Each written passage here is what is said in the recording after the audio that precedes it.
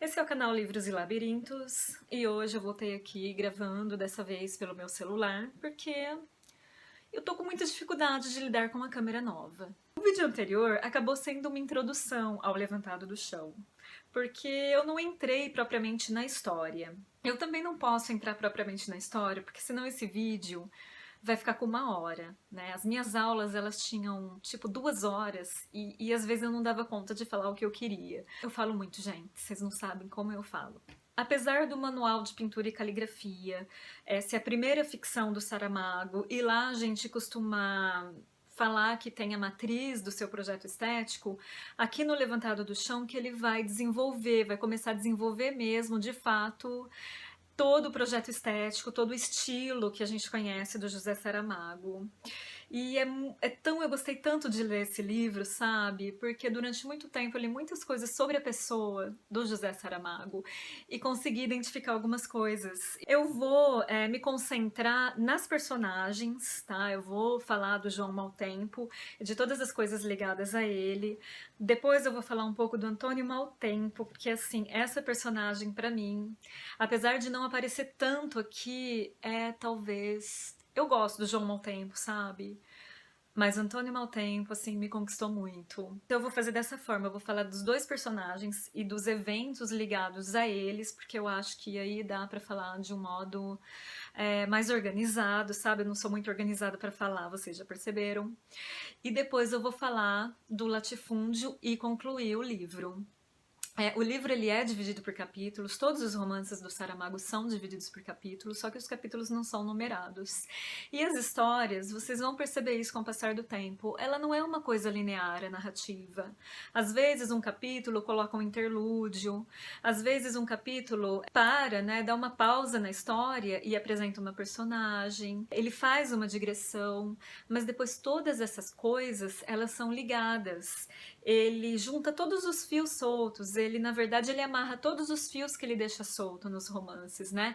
Embora os romances, eles não tenham uma conclusão. Eu tinha mencionado o Domingos Maltempo, ele é o primeiro personagem apresentado dessa família, um personagem que teve uma vida muito difícil, principalmente por causa do gênio dele, por causa da pessoa que ele era. E aí, no final das contas, ele acaba se matando. E aí, a narrativa vai se concentrar no João Maltempo. E o João Maltempo, ele passa a ser o líder da família, porque ele era o filho mais velho, com 10 anos de idade. Ele começa a trabalhar na lavoura, e aí ele vai trabalhar na lavoura até o fim da vida. E o João Maltempo é muito significativo mesmo, porque ele é o personagem que vai perpassar a maior parte da geração mesmo. Vocês lembram que eu falei que esse livro começa no começo da República, né, finalzinho lá da monarquia, começo da República, e vai até a Revolução dos Cravos, né? São 75 anos de história.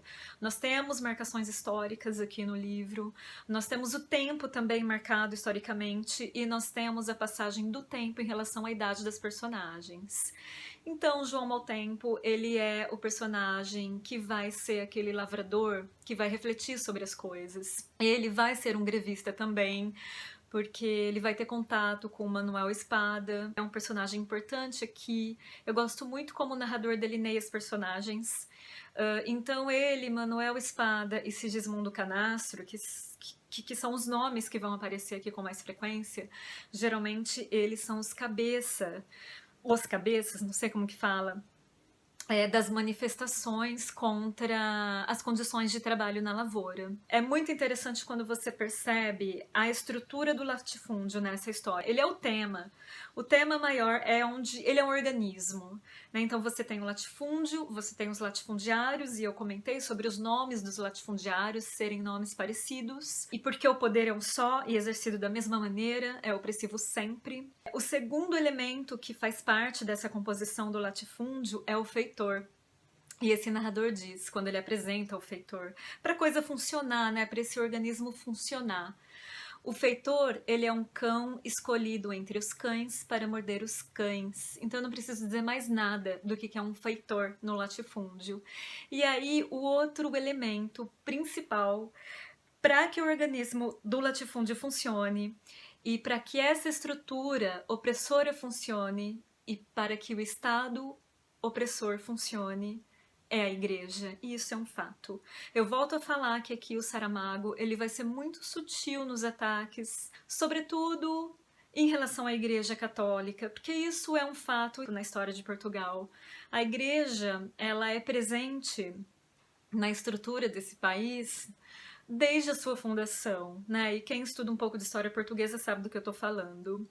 Então a igreja ela vai ser um elemento fundamental para que o sistema latifundiário opressivo funcione. A igreja que ela é representada por um personagem chamado Padre Agamedes, do começo até o fim da narrativa. Então a gente tem esse sistema, e dentro desse sistema a gente vai ter a história dos Maltempo, e aí eu volto por João Maltempo. A gente começa a perceber que ele tem uma consciência mais reflexiva quando ele vai para um comício, porque naquele sistema ali os latifundiários eles obrigavam os seus empregados a irem em comícios políticos. Comício é político. Eu acho que sim. Então, logo assim, no, sei lá, perto da página 100, tarará, a gente vê esses trabalhadores do latifúndio indo de Monte Lavre, porque Monte Lavre é onde acontece ali a história, é uma região do Alentejo, e aí eles são levados até uma cidade maior, eu não me lembro bem se é Évora, se é Lisboa, devia ver no mapa, né? Enfim, eles são levados num comício, porque os latifundiários tinham seus preferidos, eles apoiavam determinados candidatos. E nesse momento a gente percebe que o João Maltempo é um sujeito mais reflexivo, né? Até politizado, à sua maneira. Então, quando ele volta do comício, e isso é muito interessante, a mulher pergunta: então não te distraíste, João? Nem um bocadinho, Faustina. Fomos como carneiros viemos. Então você começa a perceber que tipo de personagem ele vai ser.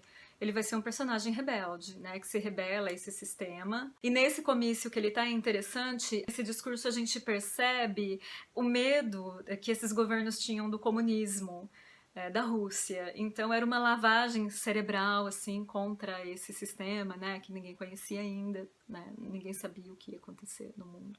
João Maltempo nunca foi homem de missas, mas morando agora em Monte Lavre, vai de vez em quando à igreja, por comprazimento da mulher e necessidade. Ouve estes dizeres inflamados do padre Gamedes, compara-os em sua cabeça com o que conseguiu fixar da leitura de papéis que as escondidas lhe têm dado, faz o seu juízo de homem simples, e se dos papéis acredita alguma coisa, das palavras do padre não acredita em nenhuma. Então a gente tem nesse sistema de latifúndio a luta dos trabalhadores por melhores condições de vida. Pela primeira vez o João Maltempo vai preso, e nesse momento a gente começa a perceber que o Saramago ele continua no seu diálogo com as formas do insólito. A gente vê alguns traços do surrealismo aqui, porque nesse momento que o João Maltempo ele vai para a cadeia, ele vai junto com Manuel Espada, né, que vai ser um nome importante do livro, vai ser um dos grevistas mais politizados que aparecem aqui. Na prisão que a gente tem acesso às maldades dos policiais da PIDE, né, ele usa a seguinte expressão para se referir a eles, são os dragões da PIDE. A forma que eles faziam as perguntas, cada um fica numa cela, e aí eles são... O policial fala, escrevam seu nome e tudo o que vocês fizeram, meio que tentando forçar uma confissão. E nenhum homem consegue escrever nada, mal conseguem escrever os nomes porque são analfabetos. E nesse momento entra na narrativa aquela parte muito próxima do realismo mágico, mas que eu acho que é mais um surrealismo que acontece aqui. Há um diálogo entre formigas, né? E o leitor ele é levado a prestar atenção a observar essas formigas trabalhando, e essas formigas têm voz. Então elas trabalham e elas são testemunhas de todas as torturas e todas as coisas que acontecem nessa prisão. Mas as formigas como sendo seres muito pequenos que não podem fazer nada, apesar da indignação e apesar do número de formigas, né, que existe no formigueiro. Pra gente refletir um pouco sobre isso e fazer se perguntar por que o Saramago ele vai fazer uma história com formigas ali, claro, uma história relacionada à grande história, à grande narrativa que é o Levantado do Chão. E aí, pela primeira vez, o João Maltempo vai preso, mas ele fica ali um dia só e tal, e graças ao padre Agamedes, muitos voltam para casa enquanto outros ficam, outros são torturados, E aí existe essa questão, né, de dever favores à igreja. Naqueles dias seguintes, o padre Agamedes abasteceu a não carecida despensa com a gratidão dos seus fregueses. Desculpe ser tão pouco, mas é de boa vontade, por tudo quanto fez por nós. Um alqueire de feijão, uma saquita de milho, esta galinha por, uma garrafa de azeite, 3 gotas de sangue. E aí eu fico pensando, né, na simbologia dessas 3 gotas de sangue. Digam aí o que vocês acham disso, né? O que ele está se referindo a quê? Uma coisa muito importante nesse capítulo também é que a gente começa a perceber como que é o caráter do João mau tempo. Porque quando o padre Agamedes é chamado para soltar, o comandante, o capitão, ele diz, olha, confessa, né, o padre tá aqui, diz os nomes, né, das pessoas que organizam, né, essas manifestações. O João mau tempo fala, olha, eu não sei de nada. O que eu mais quero é voltar para casa. E se soubesse, não sei se diria alguma coisa. Na segunda vez que ele vai preso, isso se confirma, o caráter dele se confirma. Porque assim, as coisas se repetem no latifúndio, as histórias vão se repetindo. O que é interessante é que no meio de toda essa repetição, o narrador coloca as variáveis. As variáveis são histórias que ele coloca no meio. É a vida desses lavradores indo em frente, né? Como que é a vida deles, né? No meio de toda essa coisa maior. Quando ele vai preso pela segunda vez, eu me lembro muito do ano de 1993 e da questão de um preso ficar isolado, sem poder falar com ninguém. Então ele começa dizendo, foram 6 dias que pareceram um mês. E aí eu me lembro muito do ano de 1993. Eu tenho um vídeo aqui para quem quer ver, dá uma olhada. João mau tempo vai fazer 72 horas de estátua. É um tipo de tortura, eu não sei o que é isso. Vão se linchar as pernas, terá vertigens, será espancado com a régua e com o cacete, sem muita força, mas para aleijar, de cada vez que as pernas cederem. Não chorava, mas tinha lágrimas nos olhos. Os olhos boiavam em lágrimas. Até uma pedra teria piedade. Ao fim de algumas horas, desinchou. Mas sob a pele começaram a aparecer as veias alteradas, quase da grossura de dedos. O coração mudou de lugar. É um martelo que golpeia e atordoa, que vai ressoar dentro da cabeça e então, para o fim, abandonam-no de todo as forças. Já não consegue manter-se de pé. Foi se curvando, nem dava por isso, e agora está de cócoras. É um pobre maltês do latifúndio espremendo a merda da última fraqueza. Levante-se lá, sua besta. Mas João mau tempo não conseguia levantar-se. Não era fingimento, era outra das suas verdades.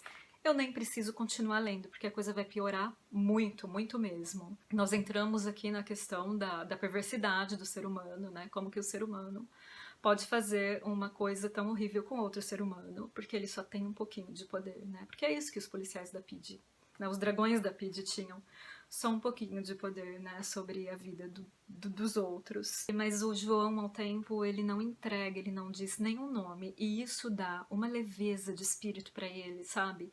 Uma leveza de consciência que a gente se orgulha muito desse personagem, né? De ser coerente, de ser honesto consigo mesmo, sabe? E aí, por acaso, ele fica sabendo quem é que disse o nome dele, e ele não sente rancor e nem ódio, né, por esse colega, mas ele sente pena, porque esse colega ele não vai poder voltar para o latifúndio de cabeça erguida. O João mau tempo ele fica 6 meses preso. Pouco falava com a família, pouco via as filhas, né, elas iam visitar. E aí quando ele sai da cadeia, tipo, ninguém fica sabendo, né, porque é meios de comunicação. Ele sai da cadeia, aí ele tá em Lisboa, né, porque ele foi transferido para Lisboa. Ele sai da cadeia e aí ele tá numa estação e chega um homem, né, pra ele, um senhor, e sabe que ele acabou de sair da prisão, mas percebe que ele é um bom sujeito. E tudo isso a narrativa vai informando o leitor. E esse homem troca umas palavras com ele e fala, vamos pra minha casa. E eles fazem um trajeto pelas ruas de Lisboa. Ele aceita pernoitar na casa desse sujeito que o chamou, né, pra ir pra casa. Entre. E João mau tempo, perdoem-lhe os melindrosos e os que só cuidam e estimam grandes lances dramáticos. A primeira sensação que tem é a do cheiro da comida, uma sopa de hortaliça e feijão que tem estado a ferventar. E o homem diz-lhe, ponha-se à vontade. E logo a seguir, como é que se chama? E João mau tempo já está sentado. Entra-lhe no corpo uma fadiga repentina, mas diz o nome e o outro retribui. Eu chamo-me Ricardo Reis. E minha mulher é Ermelinda. São nomes de pessoas, é o que sabemos delas. Pouco mais. E também estes pratos de sopa sobre a mesa da cozinha. Coma à sua vontade. Já o frio vai diminuindo. Terra final branda de Lisboa. Esta janela das traseiras dá para o rio. Há umas luzinhas de barcos. Na outra banda, raras são. Quem diria que um dia vistas daqui serão uma festa? Beba mais um copo, e se calhar é também por isso, por este outro copo de vinho espesso, que João mau tempo sorri tanto, mesmo quando conta o que na prisão passou, e já é tarde quando acaba, cai de sono, está Ricardo Reis muito sério, e Ermelinda Reis enxuga os olhos, e então dizem-lhe, agora vai dormir, que são horas, bem precisa de descansar, e João mau tempo nem repara que a cama é de casal, ouve passos no corredor, mas não são os da guarda, não são os da guarda, não são os da guarda, e livre adormece. Se você acabou de sair de uma cena que você tem certeza que a humanidade é uma lama, né? Que todos são uma lama, né? Que o ser humano não merece a existência, né? De tão baixo que ele consegue ir. E aí você tem um gesto desse, né? Um desconhecido, ele dá a casa e dá a sua cama para um preso, né? Para um preso que acabou de sair, para um ex-preso. Então essas coisas me emocionam muito, assim, essas coisas dizem muito quem é José Saramago. Pra mim é formidável. Eu fico por aqui porque mais uma vez esse vídeo ficou enorme. Eu prometo que vou tentar, né, me conter mais nas minhas análises. E aí eu volto com o próximo vídeo concluindo o Levantado do Chão. Espero que vocês estejam gostando. Até lá!